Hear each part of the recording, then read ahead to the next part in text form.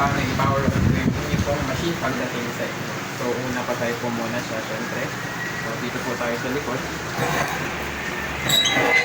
So, kung pansin niyo po, may tatlo pong nakalabas. So, may dalawang puting cable, then isang itim po. So, ito pong itim ay power, then ito pong dalawa ay connection sa mga internet. So, ito pong isang haba na to na walang dulo. Ito po yung isasaksak niyo po sa internet. Then, itong isang may nakasaksak na antena, ito yung itataas niyo po. So, pag itataas niyo lang po, may sungay naman po dito din may mga ibang slot and tools. Pwede niyo po siyang gawin. So, ang first step po kung paano siya buhayin ay, ang priority po ay kakabit siya sa inyo pong modem or router sa internet. So, need po siya para pagbuhay po ng machine, may internet po agad niladaloy sa kanya. So, kakabit lang po siya sa LAN port po ng inyo pong router o modem. So, after nakabit na po siya, ang next pong step ay yung antenna po. So, pwede nyo po siyang itaas or ilagay yung sungay. Pero kahit hindi naman po muna siya, for example ay tetestingin nyo po muna, kahit hindi po muna siya itaas. So, after po connected na yung internet, next naman po ay itatag lang yung power. So, yan. Pagsaksak po natin, magpa-power on yung main components ng machine. Ang hindi lang po magpa-power on ay yung printer and yung Android tablet. Charger siya dahil parehas po sila, may sarili silang battery. Kaya may separate silang power on po. So, balik po tayo dito sa likod. Ang una nyo pong ipa-power on ay yung printer po. So, yung printer po, located po dito sa may bills acceptor sa lagayan po ng mga paper bills. So, para siya matanggal, itataas lang po siya. Then, yan. So, pansin nyo po, orange, ibig sabihin nag-charge siya. So, para siya i-power on, long press lang yung power button. So, yan. Pag kulay green na yung ilaw, so, power on na siya. So, para din ma-check yung paper, need lang po itataas to din, itutuunan itong pababa. Yan. Then, tutunog po siya kung bukas siya. So, ito po yung kanyang thermal paper roll. So, siya po ay 57mm yung width. Then, yung kapal, kung i-replace nyo na po siya ay at least mga 20 GSM. So, ang proper orientation po, ito yung medyo may thermal side din. Ito yung kapal. Pababa po siya. So, ganito po yung orientation. Tapos, pag okay na, ilapat lang po nila. Hindi na siya tutunog. Tapos, pag babalik niya po, pataas ulit, then pababa. So, make sure lang na yung papel po ay nakaano sa butas. So, pwede nyo namang tansyahin dito. Yan. So, for example, yan. So, kung medyo labas na sa butas, okay na po yan. Para hindi siya sumabot. Yan po. Sige po, then, balik po tayo dito. Then, dito naman po, bago po pala siya buhayin, yung piso wifi need po muna buhayin. So, ito ay wala pong nakalagay na program. So, sineperate po namin para if ever, hindi siya makurap pag nasa biyahe. So, by default, nakatanggal po muna to. So, hindi po muna to namin kakabit pagdating sa inyo. So, para po siya ilagay yung piso wifi program, meron pong nakalagay sa isang SanDisk na lagayan. So, kunin nyo po yung micro SD card dito. So, ito po. So, ito ilalagay niyo po dito para siya magka-program yung piso wifi. So, ito po ganito yung orientation ng paglagay. So, ipasok lang po natin ng kailalim. Dito. Yan. So, medyo malalim siya. So, i-press nyo lang po.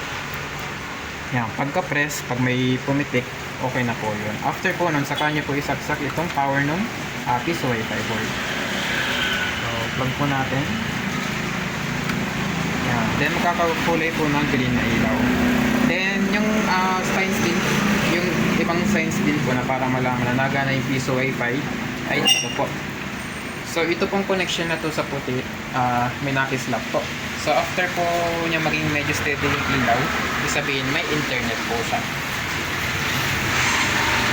So, yan. Kapag ganun po, ibig sabihin may internet na nadaloy. Kapag hindi po to umilaw, pagka-power on nyo ng piso wifi board, ibig sabihin, hindi nagana yung saksakan nyo sa modem or router or may issue po dun sa connection. So, next din naman pong palatandaan kung nagana siya ay ito pong ilaw ng USB to LAN. So ito may ilaw din po siya. Yan. So pag hindi siya umilaw, ibig sabihin may issue po dun sa antenna. Either hindi nakakabit yung antenna or patay po yung iba ditong mga saksakan. So makikita nyo naman po dito yung mga nakasaksak po sa mga power sa outlet. So ito po yung connection sa e-load, sa power. Ito po ay yung sa printer. Ito yung sa antenna. Ito yung sa board nung piso Wi-Fi. Then ito po yung charger ng tablet. So yung tablet naman po always naka-charging siya. So para po always naka-power on. So kung pansin nyo, patay pa rin po yung tablet. So para siya ma-power on, balik po tayo dito sa likod. Then dito po sa side na to, sa right side, may mga button sa gilid. So ito po taas na button na makakapahan nyo. Siya yung power button. So ilolong press nyo lang po siya. Yan. Then dapat po may logong lalabas sa screen. After kung may logo sa screen, wait nyo lang po mag-power on. So yan, pag-i-starting up ng konti yung tablet pagkabagong buhay. So kung pansin nyo, ganito yung nalabas sa screen. So ito yung nakapin na po. So nakaset up na siya. Hindi siya mag-access ng customer yung mga settings, etc. Pero kayo po, need nyo po ma-access yung settings dahil ang next step po, i-connect po sa Wi-Fi yung tablet. So para siya ma-connect sa Wi-Fi yung tablet ko, need po siya i-disable fuse mode. So balik po tayo dito sa likod. So para po ma-disable fuse mode, may dalawa pong buttons na pinipindot na consecutively. So ito pong power button sa pinakataas, pipindutin niyo po siya ng 2 beses na magkasunod. Then after po nun ay yung volume up button dito. So gawin po natin power button times 2, then volume up. Then pag bumalik po tayo dito sa screen, ilalabas po mga quick actions po. So lalabas po dapat po. So ito po yung parang shortcut sa mga settings ng tablet and ng system. So exit fuse mode po tayo.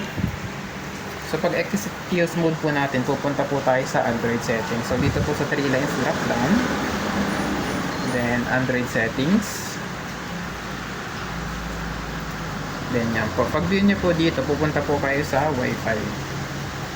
So dito connected po siya sa Wi-Fi namin, pero pagdating po sa inyo, hindi po siya connected sa inyo Wi-Fi dahil kailangan nyo po siya muna i-connect. So connect nyo lang po sa Wi-Fi yung tablet, etc. Then pag connected na po siya, yun, pwede na po kayo mag-back. So back po tayo dito. Yan, so babalik po tayo dito sa screen na to. So ang mga next po na kailangan natin i-check ay yung mga connections po sa Bluetooth, etc. yung machine. So dito po tayo sa 3 lines drop down ulit. Then sa connection setting, then kailangan nakaset po siya sa internet. Para ang gamitin po ng machine ay yung internet connection instead na yung SMS SIM. So yung SMS SIM kasi may case na mabagal siya. So internet yung recommend pong connection setting. Yung next naman po ay yung connection sa Bluetooth board o sa custom board. So kung pansin niyo po dito sa upper left corner, sa ilalim ng Fax Tech may nakalagay connected, Fax Dash. So kailangan ito po yung pagbuhay nyo ng machine, then pagka-exit fuse mode nyo, kailangan connected siya. If ever hindi po siya connected, may steps po na pwedeng gawin. So dito po tayo sa 3 lines drop down. Then punta tayo sa payment module. Bluetooth po. Then select. Then connect nyo. Select. Then piliin nyo lang po yung correct na nalaban. So dito dalawang lobas dahil may ibang machine na buhay sa amin. Pero sa inyo po, isa lang po yung lalabas. So ang kukonectin po natin ay Fax B4 B480. So pag may lobas na ganito, turn on nyo lang siya. Ayan. Then ito po, connect natin. Connect. So sa una connecting siya. Yan. So, dapat magiging connected siya. So, wait kayo ng siguro mga 5 to 10 seconds kung hindi siya bibitaw. Kung hindi siya bumitaw, okay po yung connection. Then, yung next pong itetesting natin ay yung connection sa printer. So, para siya matest, dito ulit tayo sa 3 lines drop down. Printer module.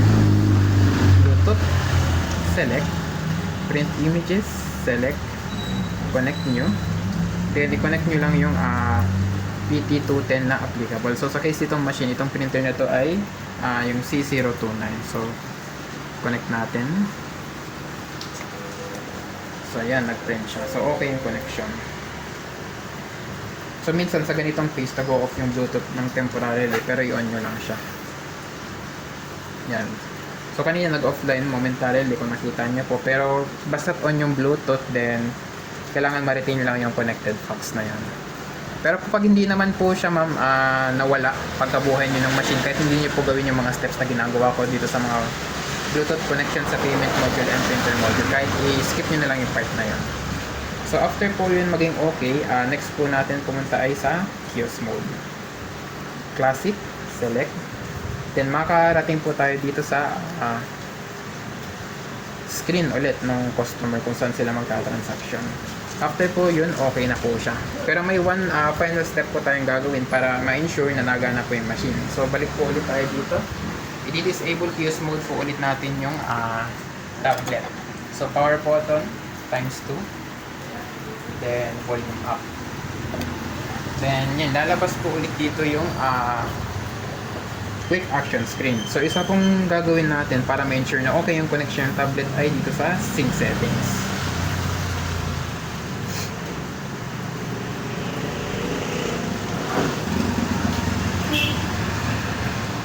Yan, kailangan successfully updated pong lalabas sa dulo. Kapag yun po yung lumabas, okay po yung connection. Kapag ang lumabas po sa dulo ay some settings failed to update, isabihin may issue po sa Wi-Fi connection yung tablet. So i-double check nyo na lang po siya. So yun po. Then ang next po natin check ay syempre yung piso Wi-Fi. So yung piso Wi-Fi ma'am, siya po ay separate dito sa machine, so hindi po siya accessible dito sa screen. So need po magre-rely tayo dun sa connect na device. So for example dito po sa cellphone, so connect po natin. Yan. Pag may lumabas na ganito, ibig sabihin okay siya. So may hulog po ako previously kaya ganito yung lumabas. Pero kung bagong cellphone po siya, lalabas po yung insert form. So pwede naman po tayo pumunta dito sa Google Chrome, then i-type sa URL bar yung 10.0.0.1, then proceed. So may instructions din naman po to sa tarpaulin na marireceive nyo kung paano kumonect sa piso Wi-Fi. So yan, pag mag-loading na po ito, ibig sabihin okay na yung piso Wi-Fi. So okay na yung ilaw, then yung piso Wi-Fi function. So yun po. So ang isang step din po na pwedeng gawin, kung papatayin nyo yung machine, ito naman ay afterwards. So balik po tayo dito sa likod. So bago nyo po i-unplug yung main plug ng machine, which is here, may isa pong important na pwedeng pindutin. So which is ito pong piso Wi-Fi board. So itong piso Wi-Fi board, kailangan po siya i-manually shutdown para hindi makorrupt yung program. So para siya ma-shutdown, may button po ditong maliit na pwedeng pindutin nyo. So pindutin nyo lang siya ng isang beses. Then wait nyo mamatay yung mga ilaw dito. So patay yung ilaw dito, pero yung mga ilaw dito buhay pa rin po dahil mga cosmetic lighting lang naman po siya. Pero kapag off na po na to, safe na po siya patayin. So ang next nyo pong papatayin, kung papatayin nyo yung machine ay syempre yung printer po. So long press nyo lang to. Then pagpatay na, balik nyo na lang po siya ulit. Then ang next naman pong papatayin ay syempre yung tablet. So long press lang po yung power button. Then may lalabas po dito sa screen na mga options. So pinutin nyo yung power off.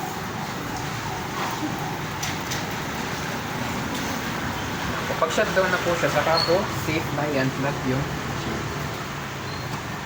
Yan. So ganun lang po yung pag power on and power off ng inyo pong